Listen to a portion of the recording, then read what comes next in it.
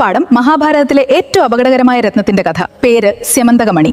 ഇത് കണ്ടവർ ജീവിച്ചിരിപ്പുണ്ടോന്ന് സംശയമാണ്. സത്രാജിത്ത് മഹാരാജാവിന് സൂര്യദേവൻ നൽകിയ മണി 8 ഭാരം സ്വർണം ദിവസേന ഉത്പാദിപ്പിക്കും. എന്നാൽ അതിന്റെ യഥാർത്ഥ ശക്തി സ്വർണമല്ല, മരണമാണ്. പ്രസേനൻ, സത്രാജിത്തിന്റെ മകൻ, ആ മണി മോഷ്ടിച്ചു കാട്ടിലേക്ക് ഓടി.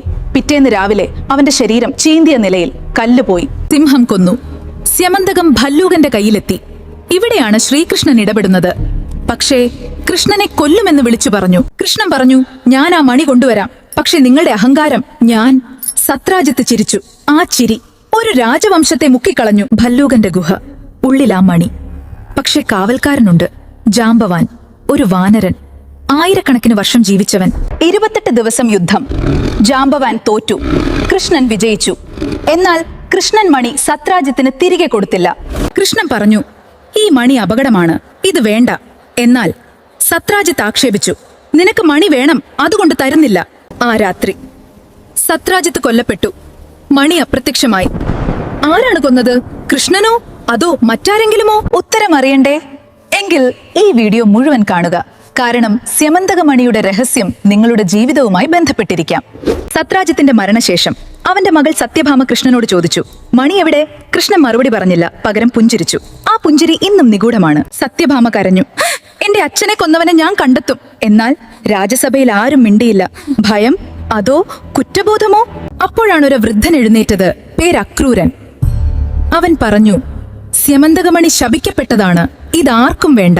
അക്രൂരൻ പറഞ്ഞ കഥ ഞെട്ടിക്കുന്നതായിരുന്നു. ആ മണി ഒരിക്കൽ ഒരു ഋഷിയെ ഭ്രാന്തനാക്കി. ആ ഋഷി മുഴുവൻ ഗോത്രത്തെയും ശപിച്ചു. ഈ മണിയുടെ ഉടമയ്ക്ക് സമ്പത്തും മരണവും ഒരുപോലെ വരും. ആ ശാപം ഇപ്പോഴും സജീവമാണെന്ന് അക്രൂരൻ വിശ്വസിച്ചു. കൃഷ്ണൻ ഈ ശാപം അറിയാമായിരുന്നെങ്കിലും അവൻ മണി തേടിപ്പോയി. കാരണം അവൻ ആരെയും രക്ഷിക്കാൻ ആഗ്രഹിച്ചു. എന്നാൽ രക്ഷകൻ തന്നെ ഇരയാകുമോ? കൃഷ്ണൻ 21 ദിവസം കാട്ടിൽ അലഞ്ഞു. ഭക്ഷണമില്ല, ഉറക്കമില്ല. ഒടുവിൽ അവൻ ജാംബവാന്റെ ഗുഹ കണ്ടെത്തി. ഗുഹയ്ക്കുള്ളിൽ ഇരുട്ട്, നനവ്, ചോരയുടെ ഗന്ധം, പിന്നെ ഒരു ഗർജനം. ജാംബവാൻ ഉണർന്നു. കൃഷ്ണ, നീ എന്തിനു വന്നു? ജാംബവാൻ ചോദിച്ചു. സ്യമന്തകത്തിന് വേണ്ടി. കൃഷ്ണൻ പറഞ്ഞു, അതെനിക്ക് തരൂ. ജാംബവാൻ ചിരിച്ചു. നിനക്കെന്നെ തോൽപ്പിക്കാമോ മനുഷ്യ? കൃഷ്ണൻ പുഞ്ചിരിക്കൂ. ഞാൻ മനുഷ്യനല്ല. ഓർമ്മയുണ്ടോ രാമായണം? ജാംബവാൻ ഓർമ്മ വന്നു. നീ രാമൻ, ഇല്ല നീ കൃഷ്ണൻ, രണ്ടും ഒന്ന്. അവൻ മുട്ടുകുത്തി. മണി എടുത്തോളൂ, എനിക്ക് മാപ്പ് തരൂ. കൃഷ്ണൻ മണി വാങ്ങി. പക്ഷേ അവൻ സന്തോഷിച്ചില്ല. അവന്റെ മുഖത്തൊരു ദുഃഖം. എന്തിനെന്ന് ആർക്കും അറിയില്ല. കൃഷ്ണൻ ദ്വാരകയിലേക്ക് മടങ്ങി, മണിയുമായി. എന്നാൽ രാജസഭയിൽ ആരും സന്തോഷിച്ചില്ല. എല്ലാവരും ഭയപ്പെട്ടു. കൃഷ്ണൻ തന്നെ സത്രാജിത്തിനെ കൊന്നത്, മണി മോഷ്ടിച്ചതും അവൻ തന്നെ. ഈ വാർത്ത കൃഷ്ണന്റെ ചെവിയിലെത്തി. അവൻ ചിരിച്ചു, പിന്നെ കരഞ്ഞു. ഞാൻ കൊല്ലേണ്ട ആളല്ല, ഞാൻ രക്ഷിക്കേണ്ട ആളാണ്. പക്ഷേ ആരും അത് വിശ്വസിച്ചില്ല. അപ്പോൾ സത്യഭാമ മുന്നോട്ട് വന്നു. സത്യഭാമ പറഞ്ഞു, എന്റെ അച്ഛൻ കൃഷ്ണനെ വിശ്വസിച്ചിരുന്നു, ഞാനും വിശ്വസിക്കുന്നു. എന്നാൽ നിങ്ങൾ ആരെങ്കിലും കൃഷ്ണനെ കുറ്റപ്പെടുത്തിയാൽ ഞാൻ നിങ്ങളെ കൊല്ലും. ആ ദിവസം മുതൽ ആരും കൃഷ്ണനെ കുറിച്ച് മോശമായി സംസാരിച്ചില്ല. പക്ഷേ സ്യമന്തകമണി, അത് അപ്രത്യക്ഷമായി. എവിടെ? ചിലർ പറയുന്നു കൃഷ്ണൻ മണി കടലിൽ വലിച്ചെറിഞ്ഞു. ചിലർ പറയുന്നു അതിപ്പോഴും ദ്വാരകയുടെ അടിത്തട്ടിൽ കിടക്കുന്നു. എന്നാൽ യഥാർത്ഥ രഹസ്യം ഇതാണ്. ശ്രദ്ധിച്ചു കേൾക്കുക. സ്യമന്തകമണി ഒരു രത്നം മാത്രമല്ല, അതൊരു കണ്ണാടിയാണ്. ആ മണിയിൽ നിങ്ങൾ സ്വയം കാണും.